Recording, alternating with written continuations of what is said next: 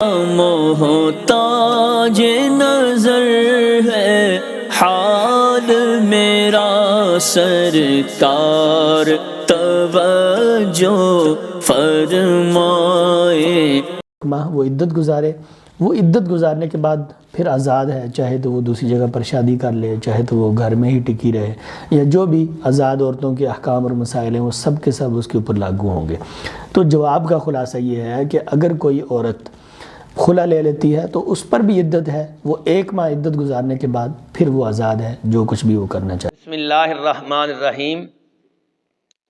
عادل بھائی نے جرمنی سے یہ سوال پوچھا ہے کہ خلا والی عورت کی عدت کیا ہے؟ تو اس کے بارے میں عرض یہ ہے کہ قرآن نے جن عورتوں کی عدت کا ذکر کیا ہے وہ 5 قسم کی عورتیں ہیں۔ پہلی قسم کی عورت جس کا اللہ نے ذکر کیا ہے وہ ہے والمطلقات یتربصن بانفسہن ثلاثۃ قروء۔ اللہ فرماتا ہے کہ مطلقہ عورت اپنے آپ کو 3 حیض روکے رکھے۔ اور دوسری جو عدت کا ذکر ہے وہ بھی سورہ بقرہ کے اندر موجود ہے۔ اللہ فرماتا ہے والذین یتوفون منکم ویذرون ازواجا یتربصن بانفسہن 4 اشہر وعشرہ، کہ جو تم میں سے فوت ہو جائیں اور چھوڑ جائیں اپنی بیویاں تو وہ عورتیں اپنے آپ کو 4 ماہ 10 دن روک کے رکھیں، اس کو عدت وفات کہا جاتا ہے۔ تیسری عدت کا ذکر سورہ طلاق 28ویں پارے میں ہے۔ اللہ فرماتا ہے واللائی یئسن من المحیض من نسائکم ان ارتبتم فعدتہن 3 اشہر، کہ وہ عورتیں جو مایوس ہو چکی ہیں یعنی مایوس الدم ہیں اور تمہیں اگر شک ہو تو ان کی عدت 3 ماہ ہے۔ واللائی لم یحضن، اور وہ عورتیں جن کو حیض نہیں آیا ان کی عدت بھی 3 ماہ ہے۔ اور 5ویں جس عورت کا ذکر ہے وہ ہے، اللہ فرماتا ہے وَأُولَاتُ الْأَحْمَالِ أَجَلُهُنَّ أَن يَضَعْنَ حَمْلَهُنَّ، کہ وہ عورتیں جو حاملہ ہوں ان کی عدت وضع حمل ہے۔ تو قرآن نے یہ 5 عدتیں عورت کی ذکر کی ہیں۔ تو جو خلا کرنے والی ہے وہ بھی مطلقہ ہے، کیونکہ طلاق 2 قسم کی ہے، ایک لفظ صریح کے ساتھ یعنی لفظ طلاق کے ساتھ، اور ایک لفظ کنایا کے ساتھ۔ لفظ صریح کے ساتھ طلاق 1 ہو یا 2 ہو اس میں مرد کو رجوع کا حق حاصل ہوتا ہے، اور اگر لفظ کنایا کے ساتھ کوئی مرد طلاق دیتا ہے تو وہ طلاق بائنہ ہوتی ہے، تو اس کا رجوع بالنکاح ہوگا۔ تو اسی طرح یہ خلا والی بھی ہے کہ یہ اگر خلا کرتی ہے تو اس کو طلاق بائنہ ہوتی ہے، اور اس پر دلیل حضرت سیدنا عبداللہ بن عباس رضی اللہ تعالی عنہ کا مقدس فرمان ہے، جس کو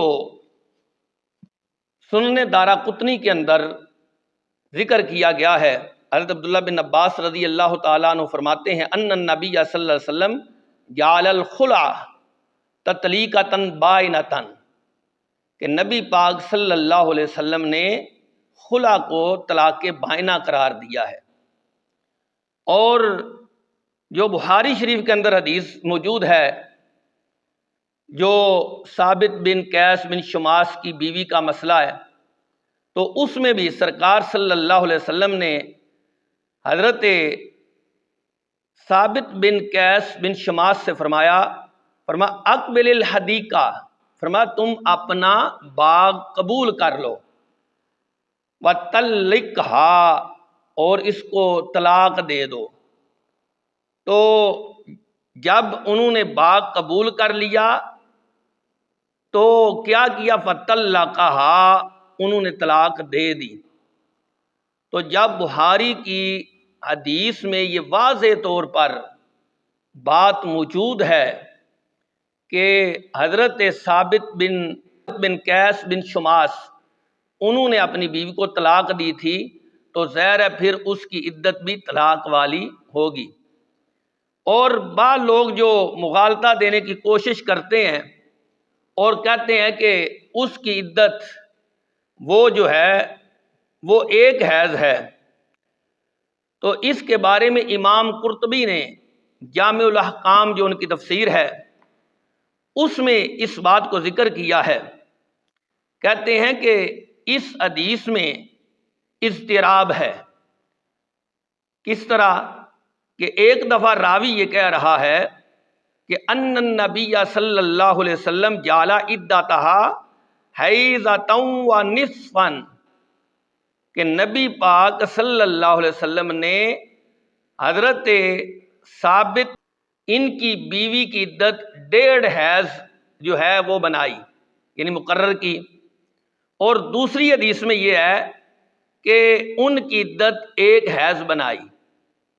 تو ایک طرف قرآن کی نص قطعی ہے اور حدیث بخاری ہے کہ جو واضح کر رہی ہے کہ وہاں طلاق دی گئی، اور قرآن کی جو نص قطعی ہے یعنی قرآن کی جو آیا مبارکہ ہے اس میں متعلقہ عورت کی عدت 3 حیض جو ہے وہ قرار دی گئی ہے۔ تو حضرت علامہ قرطبی رحمۃ اللہ تعالی فرماتے ہیں کہ جب اس حدیث کے اندر اضطراب آ گیا تو فرمانے لگے کہ پھر اس سے دلیل پکڑنا ساقط ہو گیا، اور قرآن کا حکم والمطلقات یتربصن بانفسہن ثلاثۃ قروء یہ باقی رہا۔ اور اسی طرح حضرت مولا کائنات حضرت علی المرتضیٰ شیر خدا رضی اللہ تعالی عنہ، یہ میرے پاس مصنف عبد الرزاق ہے، اس کی جلد نمبر 5 ہے اور حدیث نمبر 12616 ہے۔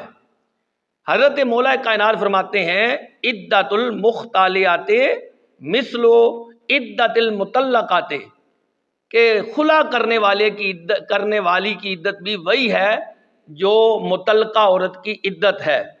اس طرح امام زہری اور حضرت قتادہ رضی اللہ تعالی عنہ آپ بھی یہ فرماتے ہیں کہ اس کی عدت 3 حیض ہے۔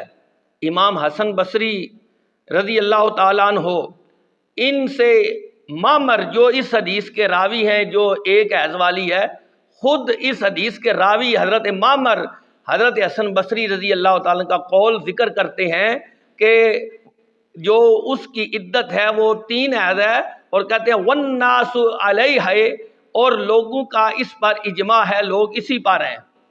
اور اسی طرح یہ مکہ پاک کے ام القریٰ یونیورسٹی کے استاد ہیں، یہ بہت بڑے شیخ ہیں، ان کا نام ہے سید سابق، یہ عبدالعزیز یونیورسٹی کے بھی استاد ہیں، ان کی کتاب ہے فقہ السنہ، اس کے اندر بھی انہوں نے اس بات کو ذکر کیا ہے۔ کتاب جو ابو جعفر نحاس کی ہے ناسخ والمنسوخ، کتاب الناسخ والمنسوخ، اس کا حوالہ دیتے ہوئے انہوں نے کہا کہ یہ صحابہ کا اجماع ہو چکا تھا اس پر کہ خلا والی کی عدت جو ہے یہ 3 حیض ہے، لہذا امت کا اس پر متفقہ، اور امام ترمذی نے بھی لکھا کہ اکثر اہل علم اور جمہور، خود وہ جو لوگ اس کے قائل ہیں کہ 1 حیض عدت ہے، وہ بھی اس بات کو مانتے ہیں کہ جمہور علماء کرام جو ہیں وہ اسی بات پر ہیں کہ اس کی عدت جو ہے وہ 3 حیض ہے۔ اگر کوئی شاذ یا بعد کچھ لوگ ایسے ہیں تو اس بات کا اعتبار نہیں کیا جاتا، ہمیشہ جمہور کا قول لیا جاتا ہے۔ تو اس سے پتہ چلا کہ خلا جس عورت کے ساتھ کیا جائے اس کی عدت بھی 3 حیض ہے۔